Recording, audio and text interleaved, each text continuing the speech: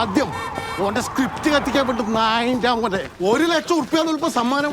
ഓന് 2 ലക്ഷം ഉറുപ്പ് കൊടുക്കാം. നാട്ടിൽ നിന്ന് പോയാൽ മതിയായിരുന്നു. എടാ ആദ്യം നീ 2000 കുറി വെക്ക്, എന്നിട്ട് 2 ലക്ഷം തള്ളു.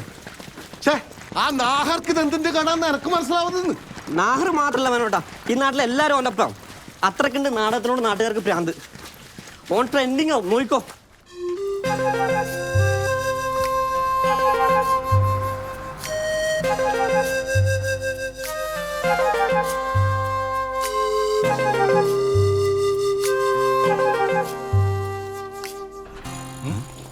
അഡ്വാൻസ് വാങ്ങിയ 30 സെന്റ് പോയി.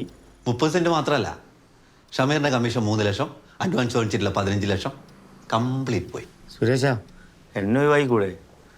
3 ലക്ഷം കീശിൽ വെച്ച് നടക്കാൻ കഴിയടാ, ചെലവായി പോയി. അല്ല, ഞാനതിപ്പോ വെക്കുന്നില്ലെങ്കിലോ? വിറ്റാ കമ്മീഷൻ നിനക്ക്. അതുവരെ പലിശ നീ നാടകത്തിൽ അഭിനയിച്ച് തീർക്ക്. നാടക? ആ, നാളെ ഓഡിഷൻ ഉണ്ട് കേട്ടാ.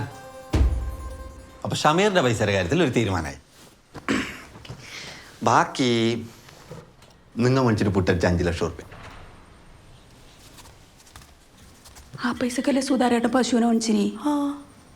ഇനിയിപ്പോ എങ്ങനെ പശുവിനെ ഓഡിഷനെ വിളിക്കുക? ഒന്നുകിൽ എൻ്റെ പൈസ എനിക്ക് കിട്ടണം, അല്ലെങ്കിൽ ഈ വീട്ടിൽ നിന്ന് ഒരു നടിയെ എനിക്ക് തരണം. ഒരു യുവനടീനെ.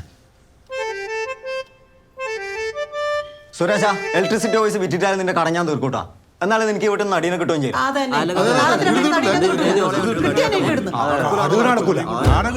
എന്റെ പേരിൽ ആരും അടികൂടണ്ട,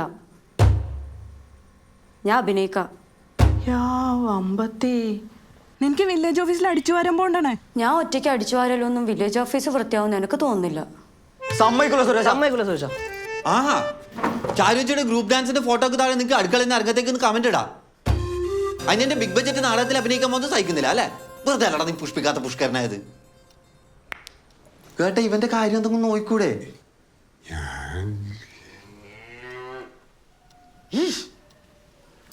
അമ്മേ, അപ്പൊ കാര്യത്തിലെല്ലാം ഒരു തീരുമാനമായിട്ടുണ്ട്.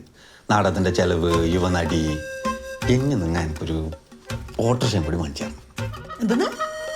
ഓട്ടോറിക്ഷ എന്റെ ട്രാവലിംഗ് കൺവീനിയൻസിലായിട്ട്. അവന്തി രാജാവായ ചാരംഗസ്ഥന്റെ മകൻ പുഷ്പാങ്കദൻ എത്ര നിർബന്ധിച്ചിട്ടും കല്യാണത്തിന് സമ്മതിക്കുന്നില്ല.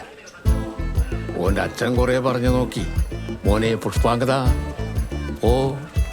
പോയി കല്യാണം കഴിക്കൂ മോനെ കല്യാണം.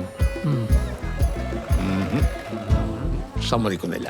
ഒടുവിൽ പുഷ്പാങ്കദന്റെ ഫ്രണ്ട് പേശാലനൻ ഒരു പരിപാടി ആസൂത്രണം ചെയ്തു. പുഷ്പാങ്കദനെയും കൂട്ടി ടൂർ പോയി റിസോർട്ടിൽ താമസിച്ചു. റിസോർട്ടിലാ എന്ന് പറഞ്ഞാൽ ഇന്നത്തെ റിസോർട്ട്, അന്നത്തെ കൊട്ടാരോദ്യാനം. ഇനിയിപ്പോ സുരേഷിന് എങ്ങനെയാ ഇത് കണിച്ചു ചെയ്യുന്നു പറയാൻ പറ്റില്ലല്ലോ. കൃഷ്ണേട്ടൻ അഭിനയിക്കുന്നുണ്ടാ? ഓ നിർബന്ധിച്ചാ പോവും, അല്ലാണ്ട് ഞാനായിട്ടില്ല. എന്നാ ഞാനുണ്ട്.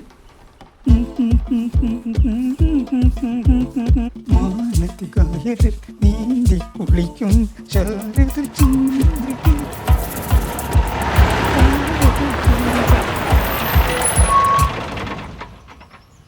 അച്ഛനോടെ പോന്നെ? അത് നിന്നോട് പറയണ? നാടകം നോക്കി പോവായിരുന്നു മോനെ, പിടിച്ച് കെട്ടിക്കോ.